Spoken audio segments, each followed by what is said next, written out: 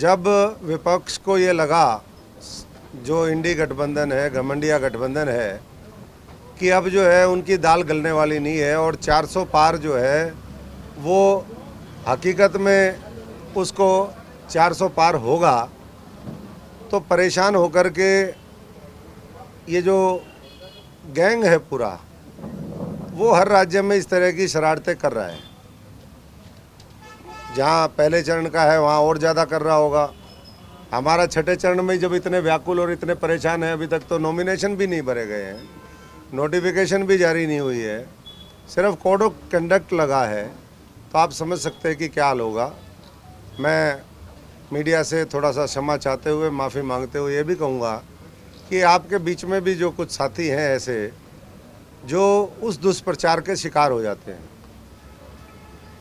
पहले दिन से ही कई बार ये हुआ कि जी ये तो चुनाव नहीं उठा। भाई, जिस पार्टी का इतना महान संगठन हो, हमारे पन्ने तक प्रमुख हो, हमारे शक्ति केंद्र प्रमुख हो, मंडलों के अध्यक्ष हो, मंडलों के पदाधिकारी हो, जिले की कमेटी हो, उसके साथ साथ 50-60 और हमारे जो साथी संगठन है, तो मैं समझता हूँ कि उस पार्टी का मुकाबला कैसे वो लोग कर सकते हैं। लेकिन कई बार कोशिश करी कि चुनाव को प्रभावित करें। मैंने कहा कोई बात नहीं भाई, हम तो अपना कर्म करते रहेंगे।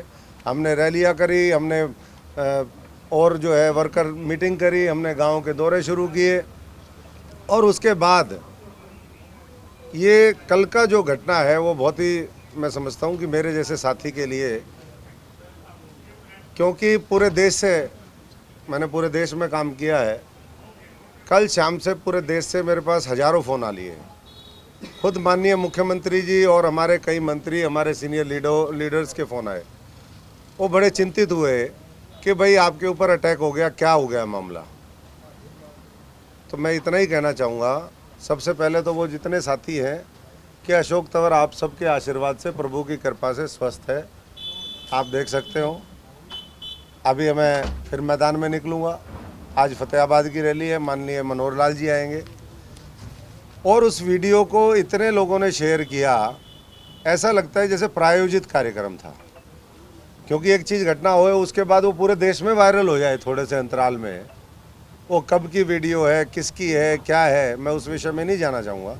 लेकिन 3 साल पुरानी वीडियो को उठा करके एक दुष्प्रचार किया गया, तो ये कौन ताकते हैं। मैंने इलेक्शन कमीशन में कल रात को आकर के हमारे जो रिटर्निंग ऑफिसर हैं, ज़िले के जो हमारे डीसी हैं, उनको ये सौंपी है।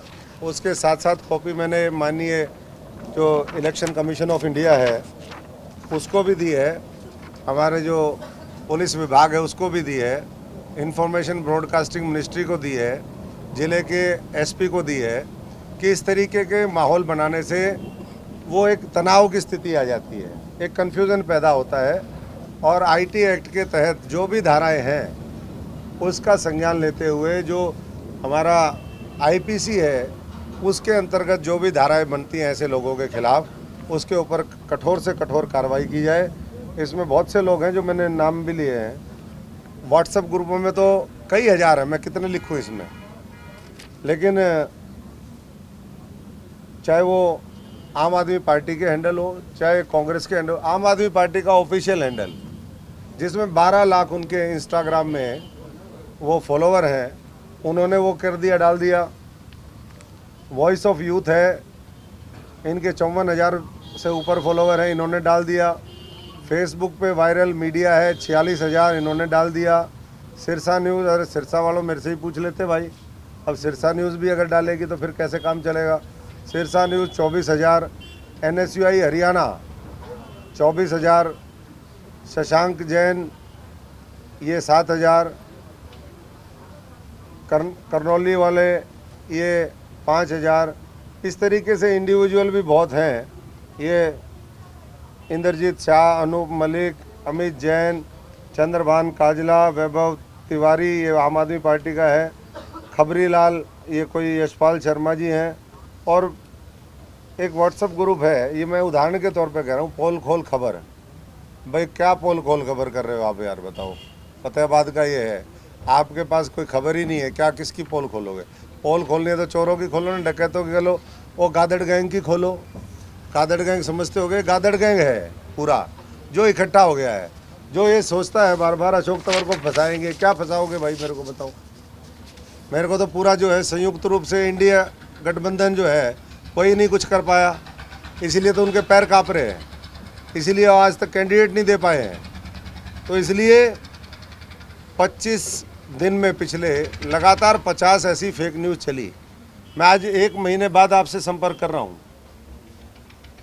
इससे पहले मुझे लगा कि चलो ऐसे ही चलता रहेगा, तो बहुत ही ये शर्मनाक है। आप तो लोकतंत्र का चौथा स्तंभ हो, आप इनके ठगों के चक्कर में कहाँ फंस गए। और जो फंस रहे हैं साथी, मैं उनसे कहूँगा कि उनको समझा करके बाहर निकालें, क्योंकि इस तरीके से आपकी हो सकता है कोई भी विचारधारा हो, किसी से आपका पर्सनल लगाव हो सकता है, लेकिन उसका मतलब ये नहीं कि आप दुष्प्रचार करके और किसी पार्टी को, किसी व्यक्ति को, और जो हमारे इनोसेंट फार्मर हैं जो सीधे सीधे ये कह रहे हैं, आपने देखी होगी वीडियो कि ये कई बार जो पीछे गांव में भी लगा देते हैं, ये दूसरी पार्टी के लोग हैं उनकी आड़ में, उनको भी बदनाम करने की कोशिश है। हमारा जो प्रशासन है वो अपने तरीके से उनको बता रहा है, क्योंकि मॉडल कोड ऑफ कंडक्ट में कोई किसी को रोक नहीं सकता प्रचार करने से। वोट आप किसको देते हैं ये आपकी बात है। हम भी विपक्ष में रहे 10 साल, मैंने भी विपक्ष की राजनीति करी है, इन्हीं किसान मजदूर भाइयों की राजनीति करी है, इन्हीं कर्मचारियों के लिए मैं सड़कों पे उतरा हूँ, इन्हीं गरीब लोगों के लिए मैंने लड़ाई लड़ी है, हमारी महिलाओं, माताओं, बहनों के लिए। तो इसलिए सत्ता में भी विपक्ष में भी हमने दोनों देखे हैं। मैं सबसे आग्रह करूँगा कि ऐसे लोगों के वो चक्कर में ना पड़े। और जो बीच में चला दिया जी उम्मीदवार बदले जाएंगे, भाई ये बीजेपी है, उम्मीदवार तसल्ली से बिल्कुल जो है हीरा चुन करके देती है। और उसके बाद आपने सबने सुन भी लिया, मुख्यमंत्री जी ने कहा, पूर्व मुख्यमंत्री जी ने कहा और कि भैया सारे लोग चुनाव प्रचार में, दूसरों के पास तो कैंडिडेट ही नहीं है। अभी तक हम 5-7 लाख लोगों से तो मैं जनसंपर्क कर चुका हूँ। फिर कह देंगे मशीन में गड़बड़ है, ईवीएम की कह रहा हूँ मैं।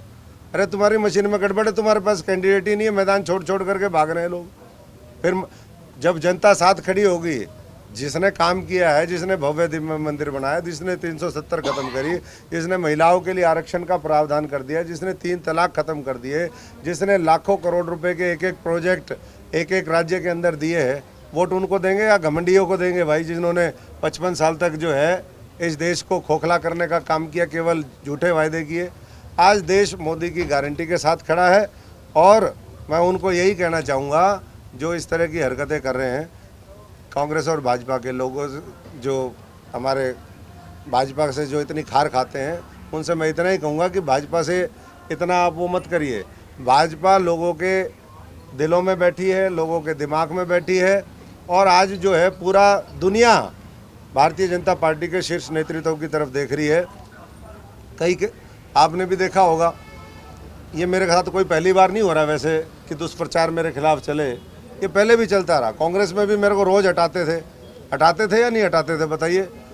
वो हटाते हटाते मैं 5 साल चला था, 5 साल रोज़ संयुक्त कांग्रेस, जो दूसरा जो गैंग है जो अब फिर मैदान में उतरेगा, उन्होंने कई बार मेरे जो है फेसबुक, ट्विटर सब हैक करने की कोशिश करी। मैं आज इसलिए करूँ, मैंने कभी बोला ये बात, कई बार हैक करने की कोशिश करी लेकिन हैक फिर भी नहीं कर पाए। वो ऐसे अटेम्प्ट मेरे को मारने के, हाँ ये ज़रूर है, मेरे पास आखिरी हमला हुआ था वो राहुल गांधी की जब खाट यात्रा चल रही थी भैरव मंदिर दिल्ली में, मेरे को ऊपर 6 अक्टूबर 2016 को आखिरी हमला हुआ था। उसके बाद तो मेरे पर कोई हमला नहीं हुआ। लाश उभरी तो कई नाम लिखे थे उस पर, बहुत हैरान हुए होंगे मुझको डुबोने वाले, मेरे को मारने वाले भी अभी बहुत परेशान हो रहे होंगे कि यार ये जिंदा कैसे बच गया उस दिन।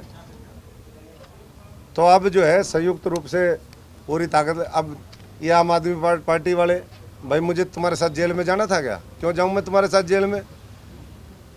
गलत काम तुम करो, जेल की तिहाड़ की बुकिंग तुम्हारी, तुम्हें छोड़ दिया तो तुम मेरे खिलाफ दुष्प्रचार करोगे। तो सबसे मैं ये इतना ही कहूँगा, ये जितने भी पार्टियों के हैंडल है, इलेक्शन कमीशन को भी, मैं इसको ऐसे नहीं छोड़ता भाई, मैं कच्चा नहीं छोड़ता काम। जब तक ये फेक अकाउंट जो गड़बड़ करने वाले बंद नहीं होंगे, इनका दुष्प्रचार ख़त्म नहीं होगा, तब तक मेरी और मेरी पार्टी की ये लड़ाई जारी रहेगी। मैं आप सबसे भी विनती करता हूँ कि ये आपको बीच में अधर में छोड़ जाएंगे भाइयों। ये इतने भले लोग नहीं है, ये अपनों के ही नहीं हुए, आपके क्या होंगे। ये तो शोषण की दुकान है, शोषण की। खून पीते हैं मीठा मीठा, ये सागर भाई और दूसरे लोग, इनका सबका खून पी गए मीठा मीठा, जनता का, हजारों करोड़ों लोगों का, लाखों लोगों का। तो ऐसे लोगों के चक्कर में मत फंसिए। और इलेक्शन कमीशन आज 4 बजे तक उन्होंने कहा है कि हम इसका पूरा जो है तहकीकात करके उन चैनल्स के ऊपर कार्रवाई करेंगे। मैं उनके आश्वासन लेकर के अभी हम कुछ नहीं कर रहे, नहीं तो हम अपने तरीके से जो है लोकतांत्रिक जो भी हमारे अधिकार हैं, मेरा भी राइट टू लिबर्टी है, right to freedom of speech है, मैं अपनी बात कोई साथी अगर ये सोचे कि भाई हम इनको ऐसे ही हाँक लेंगे, इतना आसान नहीं है। मैं फौजी किसान मजदूर का बेटा हूँ, फाइटर हूँ, तो इसलिए पूरी फाइट करेंगे और अन्याय अत्याचार के खिलाफ पूरी लड़ाई हमारी जारी रहेगी। ये मैं आपको पूरा भेज दूंगा, जो मैंने अकाउंट आपके सारे व्हाट्सएप ग्रुप में, हमने एक व्हाट्सएप ग्रुप बनाया हुआ, आप सब उसमें हो, उसमें सारा जो कंटेंट हम इलेक्शन कमीशन को दे करके आए हैं या जो भी हमारे पास और है, जो मैंने नाम ली, और ये कुछ है ऐसे मेरे पास हज़ारों फ़ोन आ रहे हैं, गुजरात से फ़ोन आ रहे हैं, महाराष्ट्र से फ़ोन आ रहे हैं, दूसरे राज्यों से फ़ोन आ रहे हैं, जो उन्होंने भी डाली है।